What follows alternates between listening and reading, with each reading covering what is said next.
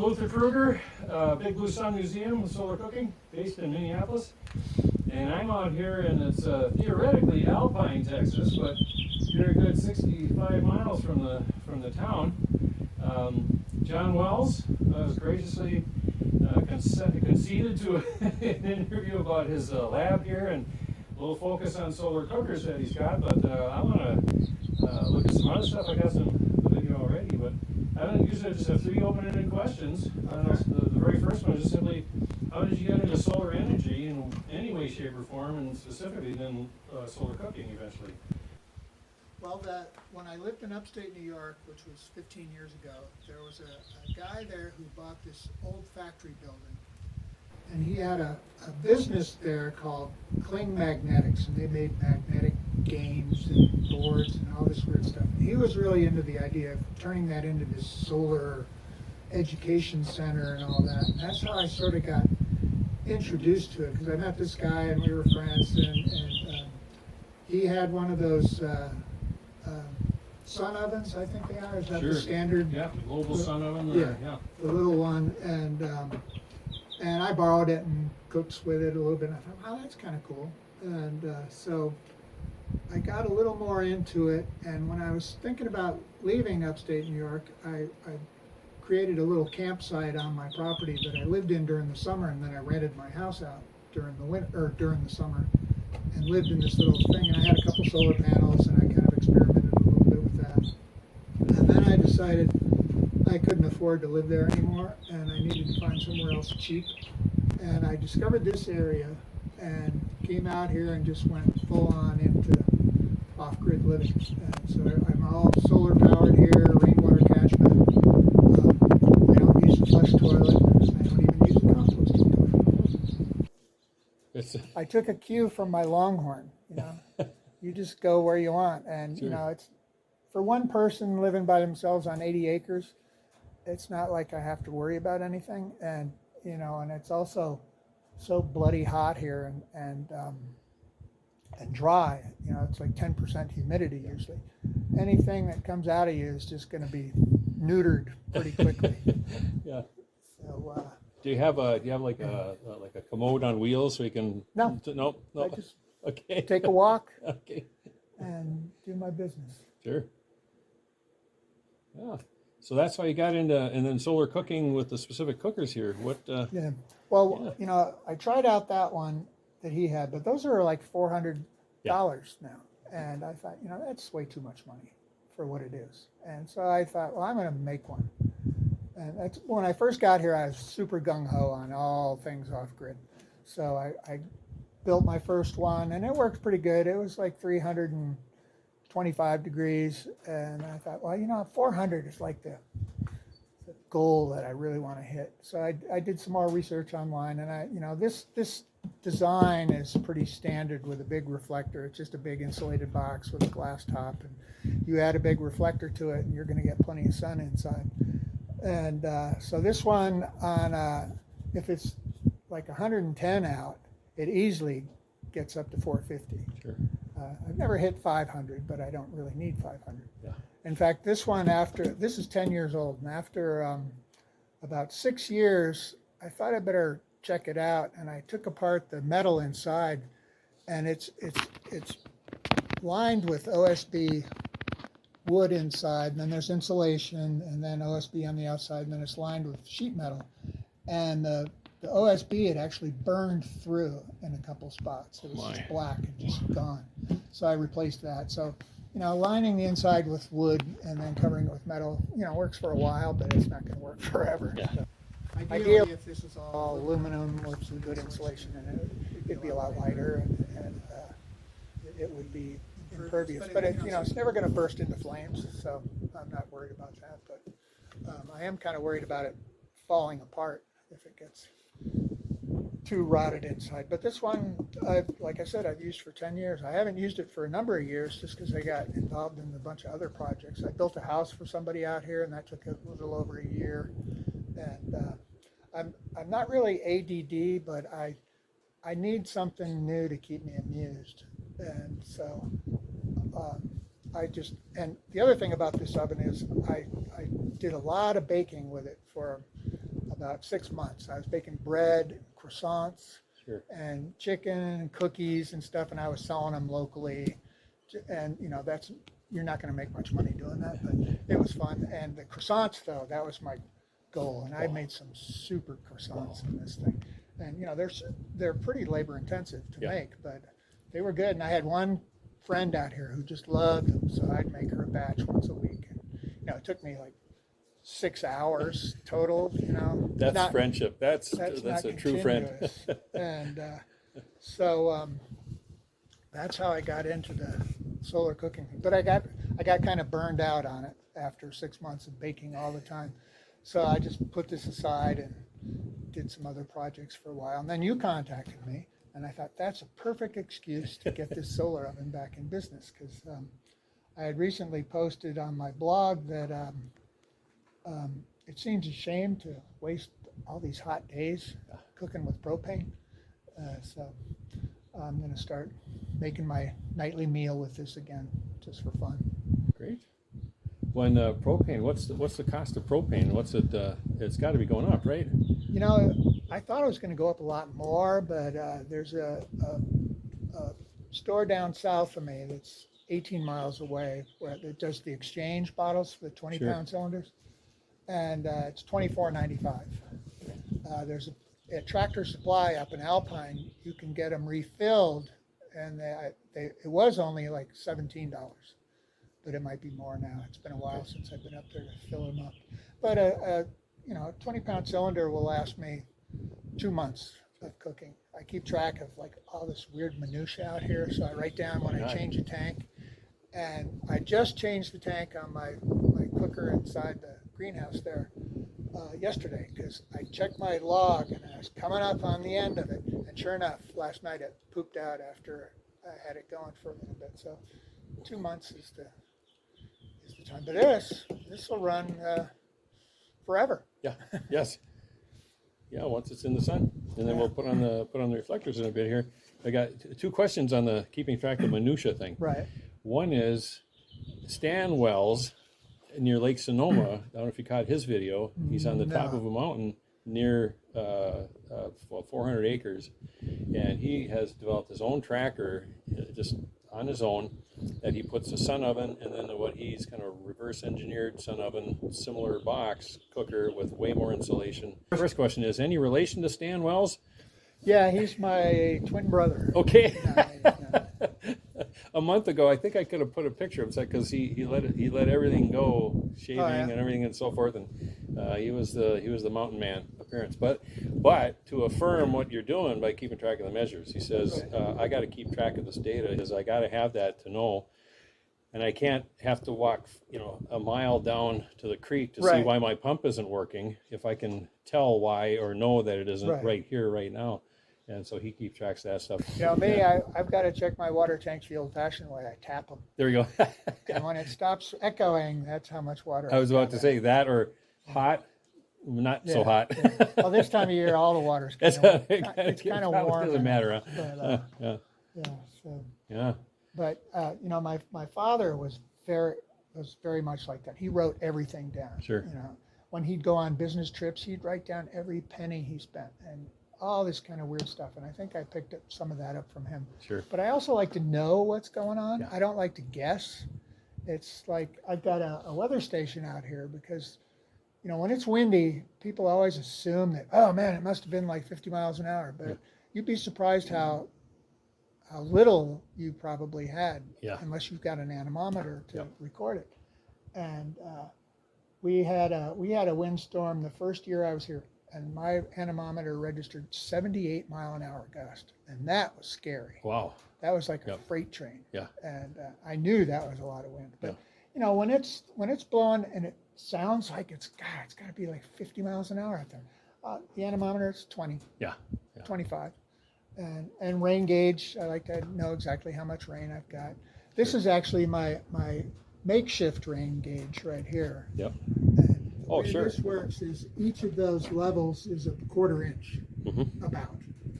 Right. But I've got an actual rain gauge on my weather station. But this was this tells me off of this roof Just here. this roof here. Yeah, this will, Yep. that gives me a pretty close idea of Yep. how much rain I've had. Of course, all the rain in here, this is this is over an inch of rain, but most of that happened last year. Yeah, yeah. We've only had just over a half inch this year so far. Sure. And here we are in the middle of June. Yeah. So you're basically segueing back into doing more of your cooking solar and Yeah, I'm gonna use this just for my daily cooking. I don't Yep. have any other solar oven projects I'm really that interested in right now because I kind of mastered this. You know, I Sure. could make it lighter, yeah. and I thought for a while about trying to build one slightly smaller and building them to sell, but it's so hard to do it economically where you're going to make money Yeah. for the time you put into it. That's number one. Number two, people like microwaves. Yeah. And, you know, as easy as it is to make one of these, if you've got any kind of skills, and use it, people just want to put it in a microwave, close the door, push a button, and 10 seconds later, their meal's ready. $75 and Yeah. they'll last. And the funny thing about that is, with solar, with the price of solar what it is now, in fact, I was almost going to rig this up for you. Instead of this, I was just going to have a microwave plugged into my battery Oh, bank sure. Yeah. and say, look, this is only going to take 20 seconds to cook. It's only going to use like 300 watts of my Right. precious electricity. And it'll be filled back up in a matter of minutes from the sun. Yeah. And so, you know, it's tough. I don't think they're ever going to be like a mainstream thing, no matter how simple you make it. The closest one that I think makes the most sense is the little ghost sun Oh, sure. evacuated tube Mm-hmm. cookers. And they're kind of expensive too. But, do you want me to drag out this? Sure. Hey, well, let's, yeah, I'll turn these off so we can move things around. I'll drag this out into the sun.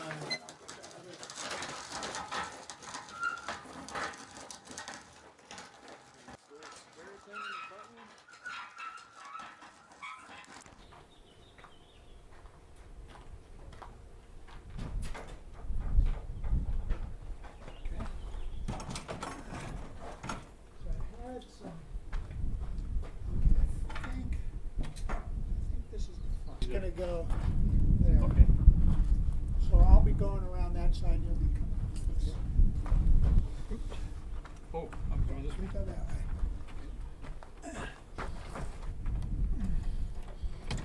And we just line those up with the latch. I used to screw this in, and now I just have these little latches on.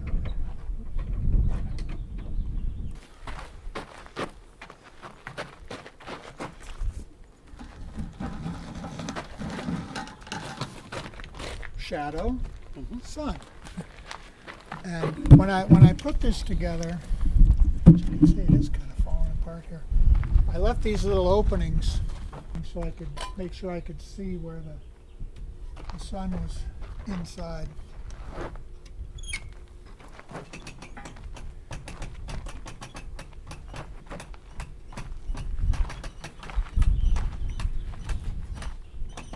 I can basically see the shadows in there, and then I just lock that, and we're good to go.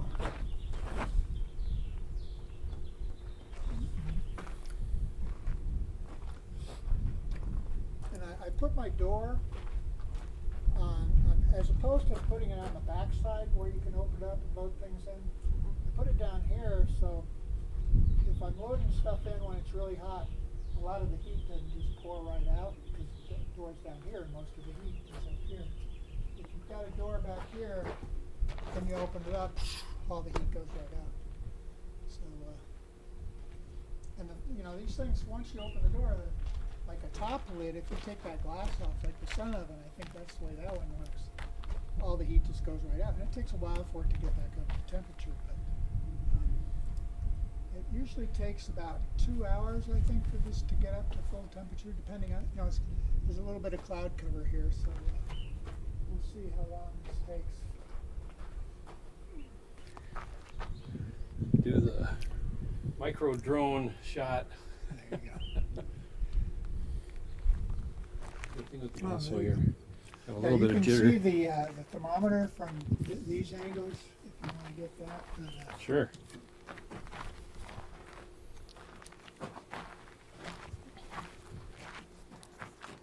of course, it also helps if your Mylar is nice and smooth because all the wrinkles kind of take away a little bit. But you know, in this kind of with this size and the amount of sun we have out here, it's not really an issue. Yeah, normally when I've been cooking with this, I cook in a cast iron Mm-hmm. pot in there and just load everything into that. And that, of course, helps quite a bit. Another experiment I'm going to try with this, I saw another oven the other day when I was getting ready for your visit. It's not cardboard, but it's some kind of plastic contraption that folds together into just a big reflector, and you just set a metal pot within that metal reflector. There's no chamber or anything Yeah. like that. The pot is the cooker. And I thought this reflector alone sitting on the ground with a metal pot in there might kind of work too. So, and then I started thinking, what if I rigged it up on a little stand so the reflector, the pot would just sit right on the ground, Yep.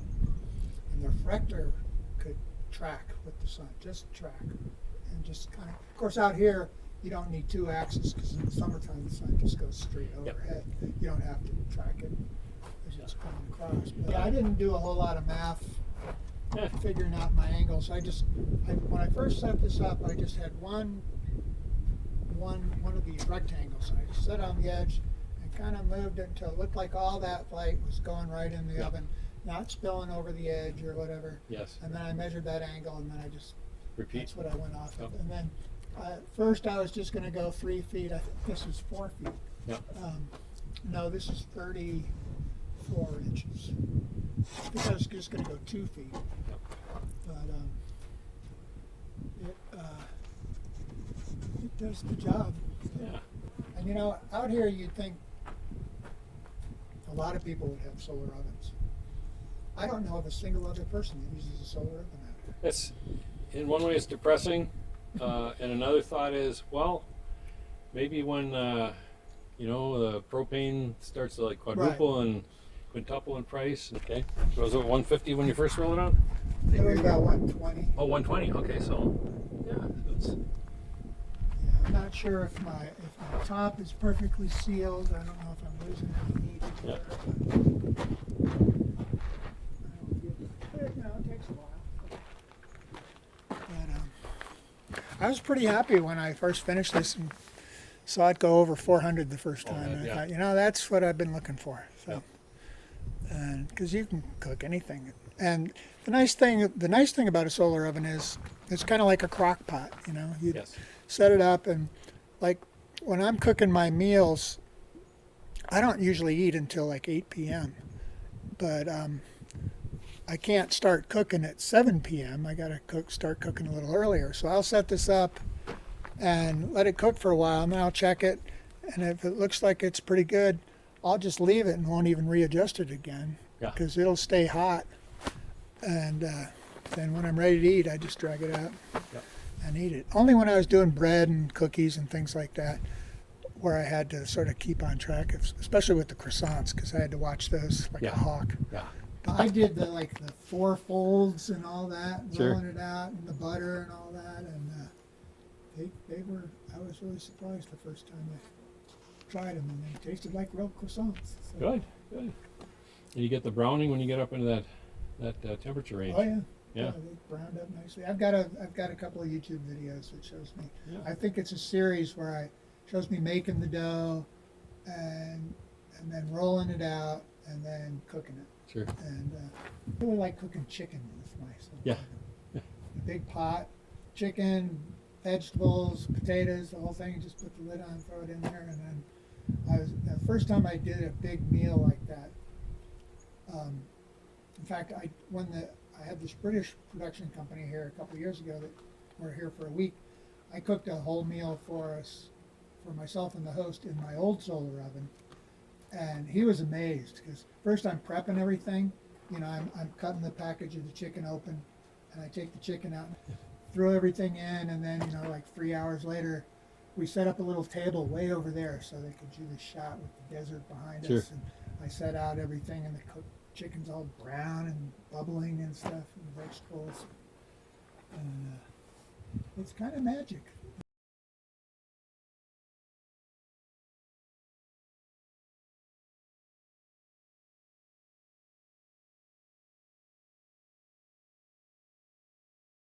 When I first came out here, it gets hot, so Yep. I decided to build a swamp cooler, and that's what's hanging over there, those coolers. And I did a little research, and there's a lot of swamp coolers you can buy online, but they're all way overpriced and they don't do anything. And so, but I did some tests and figured out how much airflow and how much water it needed. And the big thing with a swamp cooler is a regular house-size one uses lots of water. I mean, we're talking over 100 gallons a day, and that's not going to work for me out here because I have a finite supply of water from my rainwater pitcher. So this one uses 10 gallons a day, and it'll keep my house. If it's 90 to 100, it keeps it like 78 inside. Mm-hmm. If it goes over 100, it'll get up to maybe 85 inside. But if I'm feeling a little hot at 85, I just come outside where it's 105 for a few minutes. Yes, you realize that. Compare and contrast. And that one, it's got a reservoir at the bottom that I have to keep filled. And inside there's just a little timer circuit. And it turns on the pump for, I can set it for any duration on and off. Right now it's set to be on for 18 seconds and off for 2.5 minutes. And what I did was I set up a little thermostat in where the airflow is, and once I see the temperature start going back up again, I would just adjust the time so I could keep that sort of even. So this one's kind of optimized for the size of my house, because Sure. this couldn't cool off anything bigger than my place, but it keeps me comfortable. This is my chest freezer, which I just run as a refrigerator. In fact, it's time for me to plug it in for a couple hours. So I just plug it in for like 5 hours a day, and then I unplug it. And this is packed. It keeps everything cold. Stuff at the very bottom will freeze, but keeps everything else cold enough. And I was going to rig this up. They have these little external thermostats that a lot of beer brewers use for chest freezers to Sure. turn them into refrigerators, because this just has cold. It doesn't have that. But I just found, and I bought one of those little circuits, but I found it was cycling on and off a lot, and that's the problem, because it's that initial draw when the compressor kicks in. It's Yep. everything would like dim, when it would kick on. So I just decided I'd just leave it plugged in for 5 or 6 hours a day, and then just unplug it. Sure. Everything stays cold. That's that. Okay. So here we have the tiny house. Here it is. So we have the foyer here, and then we have a kitchen, Yep. and then there's a long hallway, and I've got an office on the left and a bedroom on the right. And wait, Alexa, house on. I'll turn my lights on. Of course, this time of day you can't really see here. But, so yeah, I changed this at one point. I put in a queen size mattress, so it had to fit in that little indention there, and then I went back to my twin and just moved everything around again. Sure. Very nice. I've got my security cameras. They play through my Alexa device here. Alexa, show me camera 1. Okay. Come on, Alexa. There we go. There's my view out this side. And then Alexa, show me camera 2. Okay.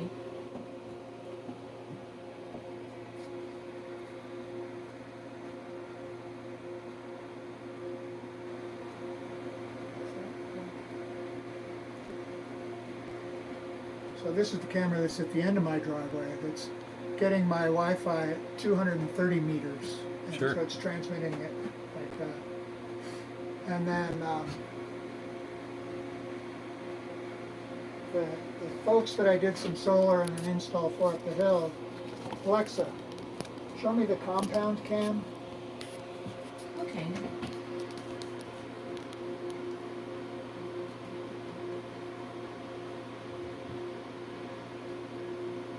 So this is his setup up the hill, and he bought this old ice cream truck, and I mounted the solar panels on top of that, and then he's got a 200 amp hour lithium iron phosphate battery in there, and then he's got Starlink up there, so I'm getting that signal.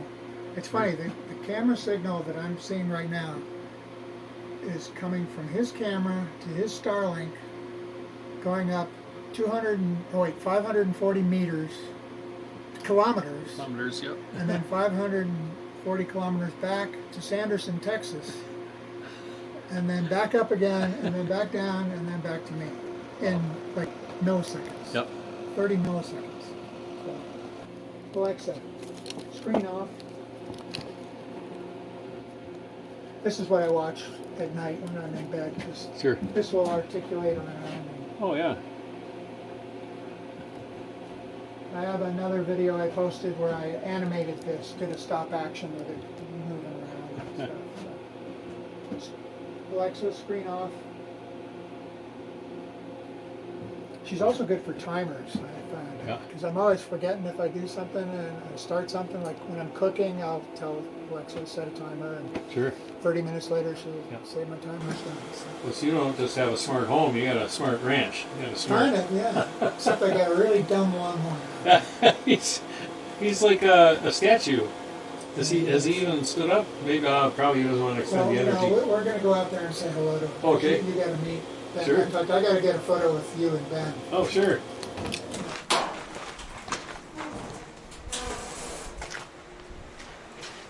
What are you doing? Yep. There's my rocket stove. Oh yes. Oh, and this was my dish that I was going to tell you about, Yeah. this reflector dish.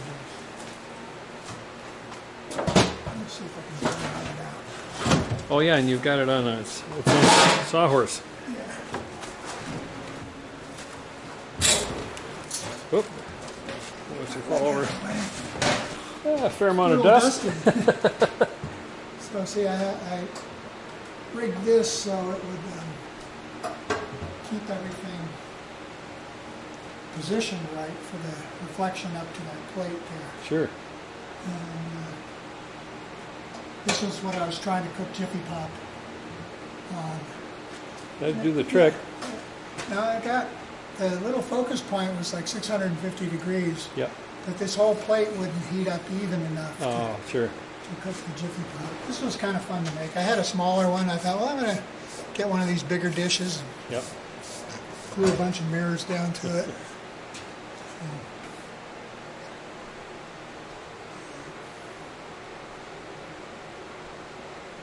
But as soon as I figured out I wouldn't cook Jiffy Pop, I took it aside. Like the spring is a nice touch. Yeah, those are all junkyard parts that I found. Well, I don't have any javelinas here yet. No. Sometimes they're all underneath my trailer over here. Yep. You don't have a javelina collar that you can blow into, or like a. No.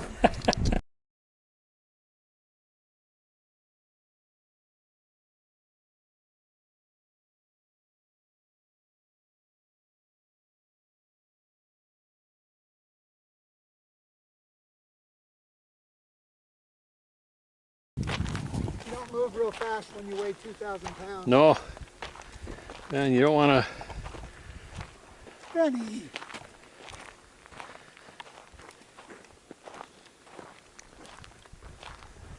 It takes him a minute to get his motor running once he gets Sure. up. Benny. Oh, Benny. Sometimes he has to pee first too. Benny. Come here, Benny. Come here, Benny.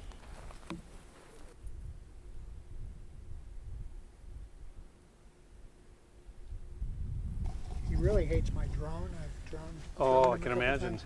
Must drive him nuts. I have a drone video with him called the bullfight, where he does the whole, kicking the dirt, Oh yeah. and he'll hook the dirt with his horns and throw it. Come here, Benny. Benny, we got a photo op here. Oh, there, he's got to pee. There goes some of my rainwater. I see you peeing, Benny.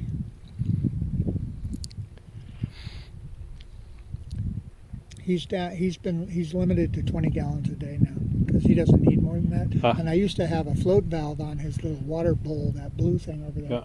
And he's just unlimited supply of water, but he Huh. doesn't need that much. So No. he's very friendly, as you can see. Oh yeah. I'm scratching over here. Well, when they talk about bulls in china shops.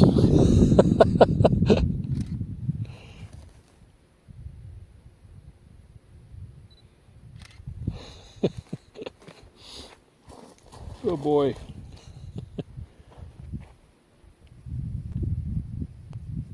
Oh, back there. Is that where the magic spot is?